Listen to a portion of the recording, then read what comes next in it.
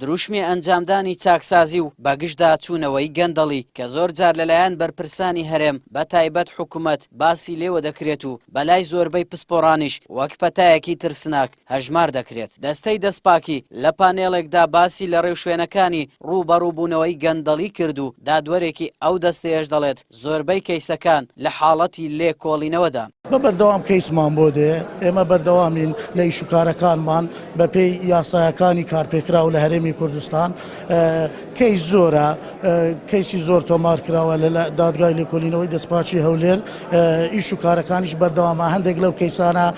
داخراون هەندێکیشیان ڕەوانەکراون بۆ دادگایکردنی تۆمەتباران هەندێکیشیان بە پێی زۆر و شوێن ڕەوانەی دادگا تایبەتمەندەکان کراون. ئەندامێکی لێژنەی چاکسازی کە لەلایەن سەرۆکایەتی هەرێمەوە لە ساڵی 2016 ڕاست پێردراون بۆ بە دوواداچوون لە گەندەڵیەکان و ئاشکراکردنیان دەڵێت چەندین کەیسیان لەبەردەستە و بڕێکی زۆر لە داهات و مڵک و ماڵیان بۆ حکوومەت گێڕاوەتەوە. گەندەڵی فەساد بۆتە نەخۆشیێکی کوشندە لە وڵاتە دەبێت ڕێگەی لێ بگرین دەبێت ئەو نەزیفە بوەستێنین و برینەکانی ساڕێژ بکەین زۆر شت گەڕاوەتەوە ئێستا بیر لەوە کردو چۆن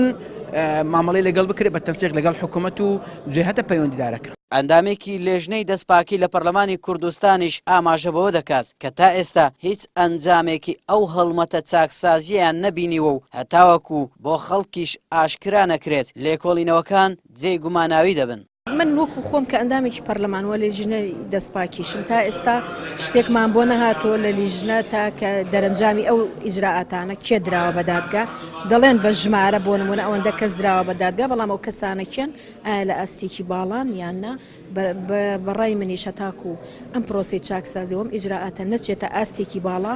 و پلە تایبەتەکان نەگرێتەوە کاریگەریەکی زۆری نابێت لەسەر چارەسەرکردنی ئەو کێشانە. بەپێی ئەو داتایی فەرمانگەی هەولێری دەستەی دەستپاکی خستوویەتە ڕوو نزیکەی 218 کەس تۆمەتبار کراون بە گەندەڵی و لەوانەش 35 کەسیان دەستگیر کراون و ژمارەیەکیشیان لێکۆڵینەوە لەگەڵیان بەردەوامە بەڵام نازانرێت ئەو کەسانە لە چ ئاستێکن و لەسەر چی تێوەگلاون هەر بۆیە بەوتەی ئەندامانی پەرلەمان و هاوڵاتیانیش ئەگەر بەرپرسانی باڵا کە زۆرێکیان بە گەندەڵی تێوەگلاون دادگای نەکرێن و بە خەڵک ئاشنا نەکرێن چاکسازیەکان ئەنجامێکیان نابێت.